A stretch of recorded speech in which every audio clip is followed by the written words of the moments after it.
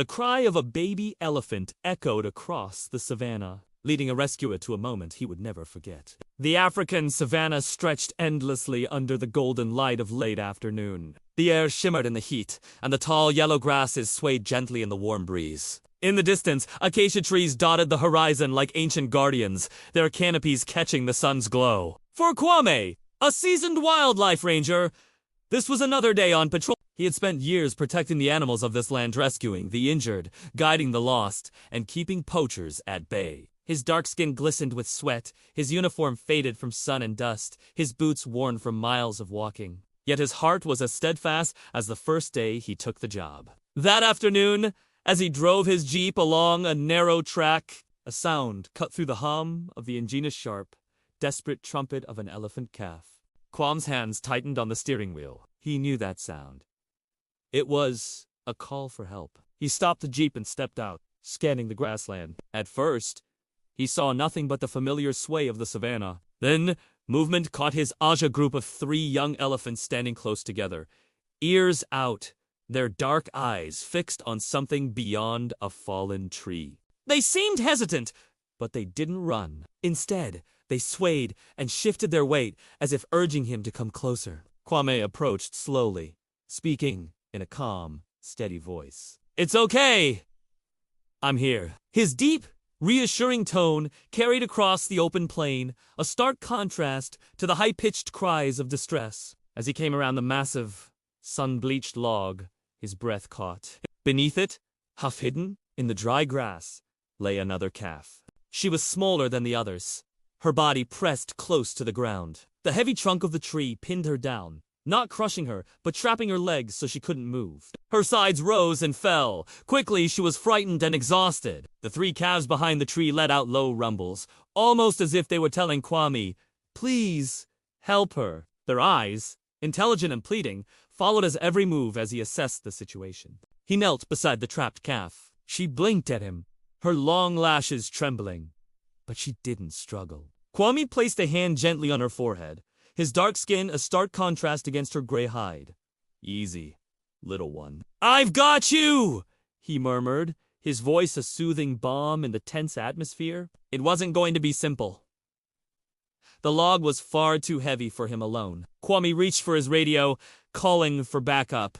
As he waited, he stayed by the calf's side, speaking softly, keeping her calm. The other 3 calves remained nearby, watching every move with a mixture of curiosity and concern. Soon, 2 fellow rangers arrived with ropes and a portable winch. They were a diverse team, united in their mission to protect the wildlife. Working together, they looped the ropes under the log and anchored them to the jeep. With a slow, steady pull, the massive trunk began to shift. Kwame kept one hand on the calf, reassuring her as the tension in the air grew. The log creaked and groaned as it rolled, inch by inch. Dust rose in small clouds, and the trapped calf let out a soft whimper. Kwam's voice never faltered, a constant stream of gentle encouragement. "You're doing great, little one. Just a bit more." When the log finally rolled enough to free her, she scrambled up, shaky but unhurt. She took a few tentative steps, testing her legs, then turned back to Kwame. In a moment that made his heart swell, she touched his arm lightly with the tip of her trunk, a silent thank you that spoke volumes. The other calves rushed to her side, their trunks exploring her face and sides, making soft rumbling sounds of relief. It was a joyous reunion, filled with gentle touches and quiet vocalizations that only they could understand. Kwame stepped back, watching them reunite. The warmth in his chest was something words could never fully capture. As the sun began to dip lower in the sky, painting the savannah in hues of orange and gold, Kwame and his team prepared to leave. They had done their job, and now it was time to let nature take its course. The small herd of elephants began to move away, their large ears flapping gently in the evening breeze. That evening, as the sun dipped low, Kwame saw the small herd moving together into the distance, their silhouettes framed against the orange sky. The rescued calf stayed close to her companions, but every so often, she looked back toward him. In those backward glances, Kwame saw a connection that transcended species, a bond forged in a moment of crisis and compassion. In that moment,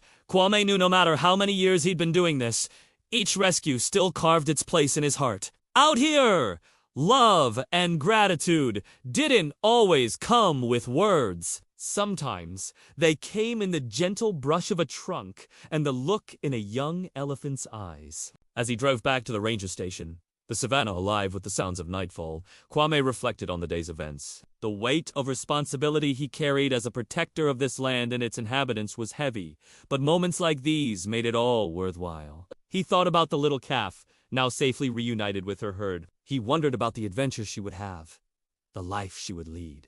Would she remember him? Would she grow to be a matriarch, leading her own herd one day? The possibilities were as endless as the savannah itself. Kwame's radio crackled to life, bringing him back to the present.